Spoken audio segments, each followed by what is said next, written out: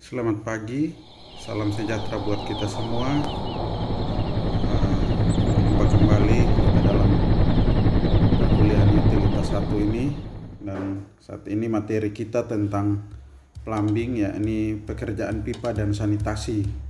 Berbicara tentang plumbing, kita berbicara tentang perpipaan untuk sistem jaringan air bersih ataupun perpipaan untuk sistem jaringan air kotor. Nah, pada air bersih tidak hanya tentang air untuk kebutuhan makan dan minum, tapi juga untuk kebutuhan mandi dan cuci, untuk kebutuhan air panas juga pada bangunan-bangunan tertentu yang menggunakan sistem air panas. Terus untuk air kotor, air yang dari toilet, air dari wastafel, juga ada air hujan. Nah, itu yang akan kita pelajari tentang plumbing. Saya hanya akan menyampaikan materinya secara singkat, dan nanti adik-adik tetap berupaya untuk menggali lebih dalam lagi dari referensi-referensi yang ada di sekitar adik-adik. Nah, bicara tentang plumbing, setiap bangunan sederhana ataupun bangunan bertingkat itu ada pengadaan atau penyaluran air bersih, air kotor, air hujan, serta perlengkapan sanitasi lainnya untuk memberi kenyamanan bagi setiap penghuninya.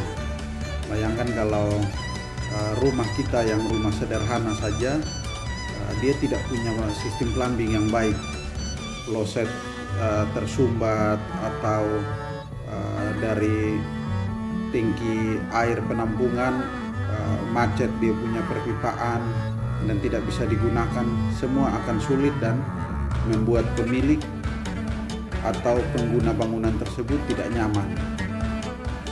Kalau kita bicara tentang utilitas ini kan dia merupakan bagian dari arsitektur.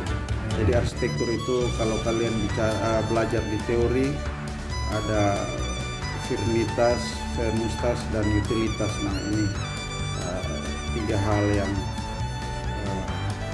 merupakan kesatuan dalam sebuah bangunan. Nah, ini ada angka-angka kunci dalam perancangan plumbing. Jadi ada standar-standar yang sudah ditetapkan.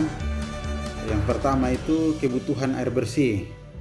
Untuk flat atau rumah tinggal itu standarnya penggunaan air bersih itu untuk satu orang per hari itu 150 liter. Jadi itu menggunakan untuk mandi, cuci, untuk toilet, untuk makan dan minum itu 150 liter. Sedangkan untuk sekolah itu 75 liter per orang per hari. Jadi biasa kebutuhan kalau di sekolah kan hanya saat orang bersekolah setengah hari. Jadi kebutuhan, dan itu kebanyakan hanya untuk penggunaan toilet. Terus untuk industri itu 100 liter per orang per hari. Tapi ada jenis-jenis industri tertentu dengan penggunaan air tinggi itu dia mencapai 400 liter per orang per hari. Sedangkan untuk rumah sakit itu 500 liter per orang per hari. Kebutuhan penggunaan air bersih di rumah sakit lebih tinggi. Sedangkan untuk hotel 3.000 liter per kamar per hari. Jadi itu hitungannya per kamar, bukan per orang lagi. Untuk penjara itu 50 liter per orang per hari, karena dia punya penggunaan lebih dibatasi. Aktivitas penghuni penjara itu lebih dibatasi. Sedangkan untuk binatu ini yang sekarang dikenal dengan laundry itu 40 liter per kilogram cucian. Jadi 1 kilogram itu kira-kira 40 liter air yang dibutuhkan. Sedangkan untuk tempat pencucian mobil itu 200 liter per 1 kali mencuci. Nah, ini standar kebutuhan penggunaan air bersih. Jadi kalau kalian mendesain, ini bisa menjadi acuan kalian untuk mendesain fungsi-fungsi yang kalian rencanakan. Misalnya kalian mau merencanakan sebuah hotel, bagaimana saya menyiapkan bak tampungan air bersih karena kebutuhan per kamarnya sekian liter. Demikian. Yang berikut kebutuhan air untuk perlengkapan saniter. Nah, untuk kloset itu dia 8 liter per 1 kali penggunaan. Jadi orang membuang air besar misalnya, itu 1 kali penyiraman itu 8 liter, itu standar. Nah, berarti sangat membutuhkan air bersih yang cukup banyak. Urinoir 30 liter per jam karena dia punya penggunaan air itu lebih tinggi. Terus bedquip itu bathtub atau bak mandi, orang biasa mandi dalam posisi tiduran itu 250 liter per 1 kali mandi.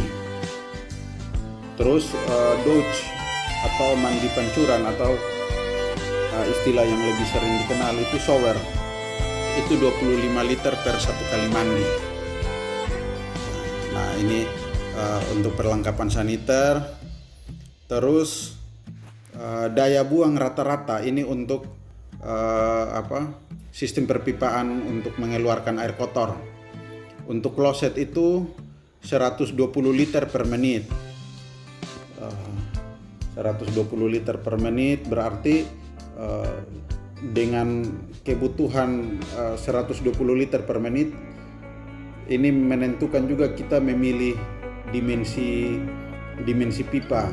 Untuk kloset ini kan dia punya kotoran kan, ada yang padat, ada yang cair. Jadi dia membutuhkan juga dimensi pipa yang lebih besar supaya dalam proses pembuangan kotoran itu dia bisa lebih cepat. Untuk bak mandi ini 90 liter per menit, wastafel atau urinoir itu 60 liter per menit. Urinoir juga ada yang 120 liter per menit. Terus untuk kebutuhan kloset catatan di sini 1 buah per 40 orang. Jadi kalau misalnya asrama atau tempat-tempat yang kloset toilet menyiapkan toilet umum itu asumsinya 1 kloset untuk kebutuhan 40 orang. Jadi ini juga bisa dipakai untuk menentukan jumlah kloset pada fungsi arsitektur yang kalian desain. Untuk bak cuci pada dapur, kitchen kabinet di dapur itu 90 liter per menit. Untuk shower 60 liter per menit, dan bak cuci pakaian itu 60 liter per menit. Nah, ini yang berikut bagaimana kita menentukan diameter pipa penyalur. Nah, ini di sini catatannya bahwa toleransi kehilangan tekanan itu 0,2 meter. 0,2 meter. Diameternya di sini itu kehilangan tekanan 0,2 meter per menit, itu simbol menit, 0,2 meter per menit. Nah, diameter pipa bisa kalian lihat di sini. Misalnya untuk 3/8 inci itu debit liter per menit, dia 5 liter per menit. Terus kalau yang 1/2 inci itu 12,5 liter per menit, dan seterusnya hingga yang 4 inci itu 2000 liter per menit. Nah, ini yang berikut untuk penyalur kran. Jadi pipa yang kita gunakan untuk keran air bersih itu, kalau yang 1/2 inci itu dia punya kemampuan 20 liter per menit. Sedangkan yang cukup besar di sini 1/4 itu dia hingga 110 liter per menit. Nah, kita lanjut untuk pipa pembuangan air hujan. Nah, ini juga kalian perhatikan, terutama bagi desain-desain yang menggunakan atap dak. Itu penyaluran air hujan sangat penting. Dengan catatan hujan rata-rata intensitas hujan itu 500 mm per meter persegi per jam. Nah, dengan demikian kita bisa tentukan jika kita menggunakan pipa untuk menyalurkan air hujan dengan dimensi 2 inci itu luas atap per dalam meter persegi. Nah, itu kalian perhatikan di situ, nanti dikonversi dengan dia punya catatan itu standarnya 500 mm per meter persegi per jam. Jadi kalau hujan dalam 1 jam itu kira-kira dia punya debit air bisa seberapa banyak. Nah, terus seberapa cepat kita menyalurkan air hujan tersebut.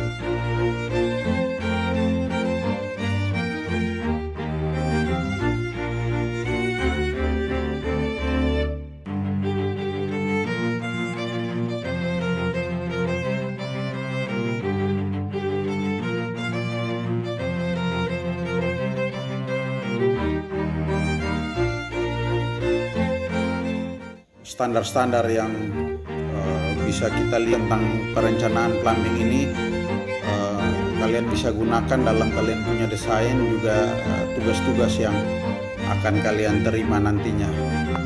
Demikian materi kita tentang plumbing. Saya harap juga kalian bisa menggunakan referensi-referensi lain untuk memperkaya kalian punya pengetahuan tentang utilitas ini. Demikian pertemuan kita, sampai ketemu pada pertemuan berikut. Terima kasih. Tuhan memberkati. Selamat siang.